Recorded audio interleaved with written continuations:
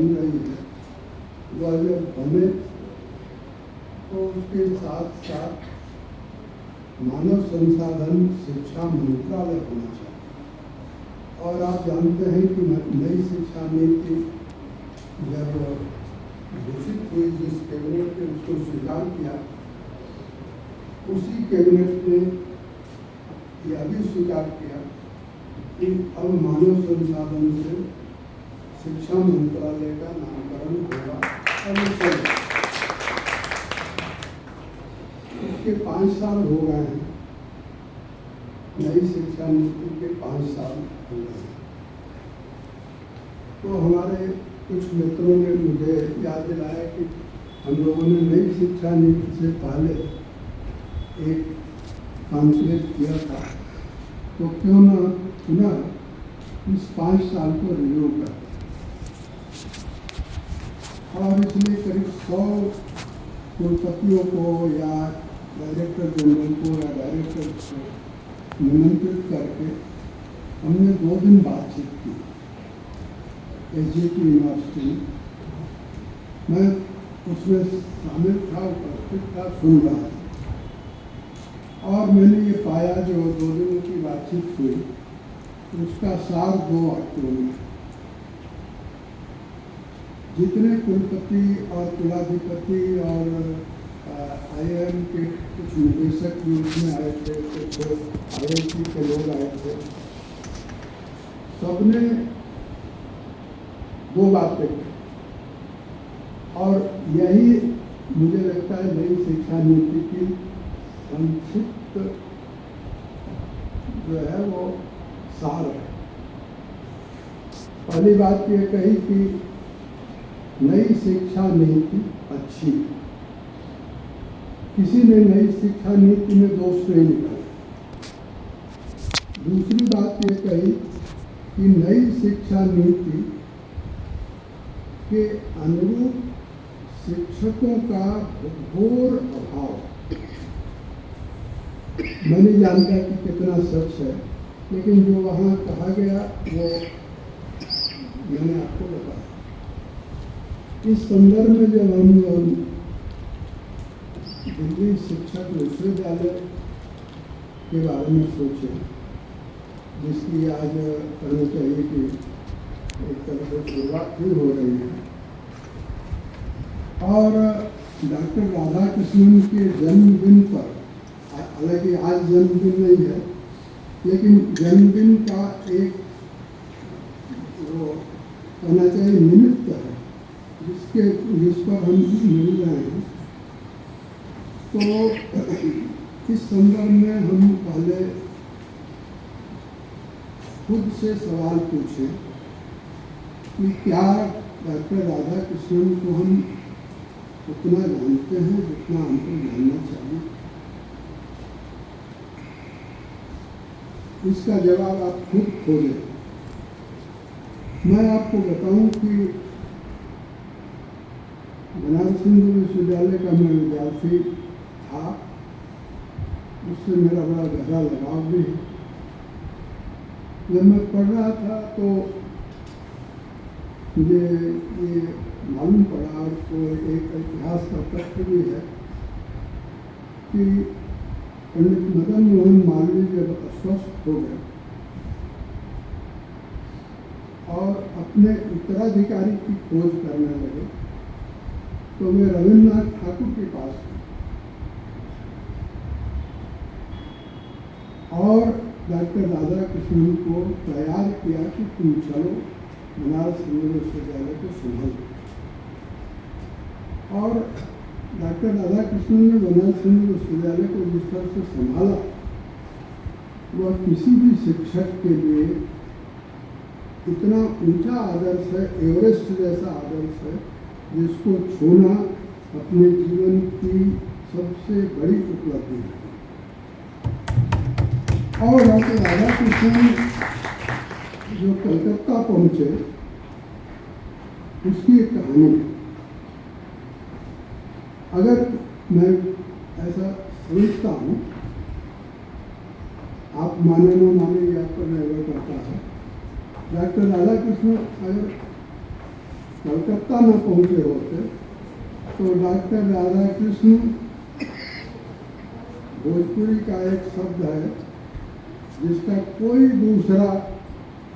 दूसरा शब्द आपको नहीं मिलेगा, और शब्द बड़ा कहना चाहिए कि अपने आप में निर्भर। मैं कहना चाहता हूँ कि डॉक्टर राधा कृष्ण कलकत्ता न पहुँचे होते तो दिला गए होते।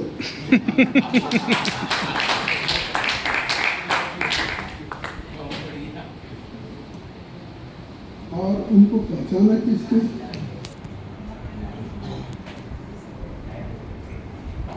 डॉक्टर राधा कृष्णन में बड़ी अपार प्रतिभा है। इस प्रतिभा को किसने पहचाना? तो शिक्षक की प्रतिभा को पहचानने वाले गुणी लोगों की भी जरूरत। और मैं आपको बताऊं, मैं चाहूँगा कि आप राधा कृष्ण की जीवनी पढ़ें, उसमें ये सब मिल जाएगा जो मैं आपको बता रहा हूँ। सर आशुतोष मुखर्जी कलकत्ता विश्वविद्यालय के वाइस चांसलर थे, और उनको मालूम पड़ा कि एक प्रोफेसर है, प्रोफेसर तो थे नहीं वो प्रोफेसर क्या असिस्टेंट प्रोफेसर भी नहीं थे आज की कैटेगरी में। राधा कृष्णन प्रोफेसर और असिस्टेंट प्रोफेसर होने के लिए जीवन मरण का संघर्ष कर रहे थे। पहले मद्रास में थे, एक इंस्टीट्यूट में थे, और उस इंस्टीट्यूट में वो इंस्टीट्यूट पादरी चलाते थे। पादरी को मैं अच्छे सेंस में बोल रहा हूँ। उनकी एक मैगजीन निकलती थी जो दुनिया भर में पढ़ी जाती थी। उस मैगजीन में उन्होंने एक लेख लिखा, और वो लेख रविन्द्रनाथ ठाकुर की गीतांजलि या रविन्द्रनाथ ठाकुर की कुछ कविताओं की जो अंग्रेजी में अनुदित हो गई थी तब तक, उन कविताओं को पढ़ने के बाद उन्होंने धर्म की एक परिभाषा की और उसको दुनिया के दूसरे धर्मों से उसकी तुलना करके और कहा कि रविन्द्रनाथ ठाकुर जो धर्म और जीवन दर्शन अपनी कविताओं में दुनिया को बता रहे हैं वह सर्वश्रेष्ठ है। उसके बाद लंदन में उस पर बड़ी बात होने लगी कि हमारे संस्थान में एक अध्यापक नहीं है, अध्यापक के नीचे की कैटेगरी में है, और वो इस तरह की बात कर रहा है। लिहाजा राधा कृष्ण के रास्ते में रोड़ा नहीं, बिल्कुल चीन की दीवार खड़ी हो गई। वहाँ से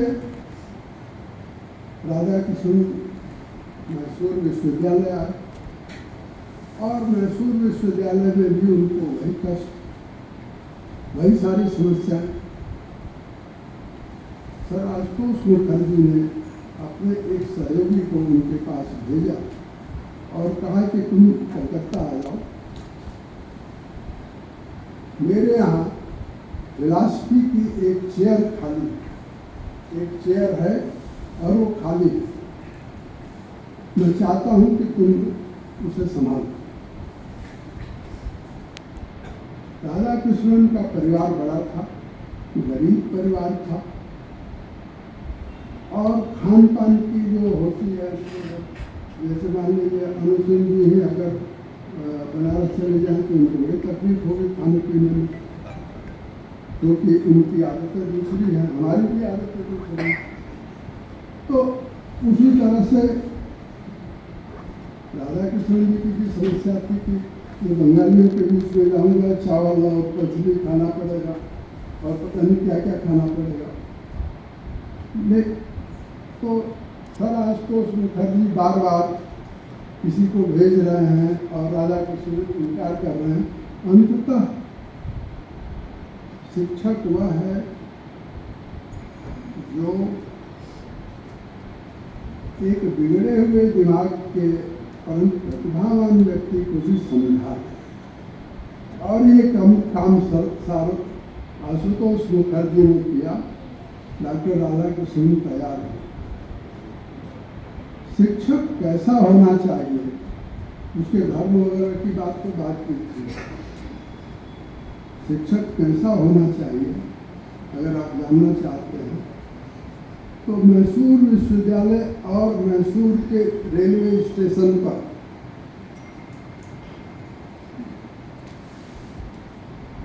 डॉक्टर राधाकृष्णन को रेलवे ट्रेन में बैठाने के लिए मैसूर विश्वविद्यालय से स्टेशन तक जो जुलूस आया, जितनी भीड़ स्टेशन पर हुई, वो इतिहास का ऐसा पन्ना है जो बताता है कि लोकप्रिय शिक्षक कैसा होगा। आज तक मैसूर के स्टेशन पर उतनी भीड़ नहीं थी और घोड़े की बग्गी में डॉक्टर राधाकृष्णन नहीं आए। विश्वविद्यालय से स्टेशन तक बारी बारी से छात्रों ने उनकी बग्गी वहाँ पहुँचाई थी। और मैंने कहा आपसे कि कलकत्ता न गए होते तो बनारस हिंदू यूनिवर्सिटी नहीं आते, और बनारस हिंदू और कलकत्ता न गए होते तो दुनिया के बड़े दार्शनिक के रूप में उनकी पहचान नहीं हुई। कलकत्ता के चेयर पर ही पहुंचने के बाद दुनिया के तमाम देशों में राधाकृष्णन को बुलाया जाने लगा और उन्होंने जो लिखा था उसको वहाँ जा करके साबित किया। जैसे जितेंद्र बजाज जी ने कहा कि हम अपने इतिहास को विस्तृत करें। डॉक्टर राधाकृष्णन ने जब वो बात लिखी थी और लंदन के बड़े दार्शनिकों के बीच में जब उनको बोलना पड़ा, बोले, उसके बाद सवाल जवाब हुआ तो एक व्यक्ति ने पूछा कि आपने जो बातें कही हैं, आप जो बता रहे हैं ये भारत का जो धर्म है, भारत का जो धर्म है, भारत का जो संदेश है वो सबसे ऊंचा है, किस आधार पर? राधाकृष्णन ने उस सवाल से जवाब दिया और कहा कि आप भारत के इतिहास को कितना जानते हैं? 100-150 साल के भारत को। राधाकृष्णन जो कह रहे हैं वो 5000 साल के भारत के इतिहास के आधार पर बोल रहा हूँ। और जब उन्होंने ये कहा तो उन दार्शनिकों के पास कोई सवाल नहीं था और कोई उनके पास उत्तर भी नहीं, प्रत्युत्तर भी नहीं। राधाकृष्णन के जन्मदिन पर उनको निमित्त बनाकर हम शिक्षक दिवस मना रहे हैं। और मुझे ऐसा लगता है कि शिक्षक होने में अगर गर्व की अनुभूति हो तो सार्थक शिक्षक होने के रास्ते खुलते हैं। मुझे अभी 2 दिन पहले हमारे एक मित्र आए,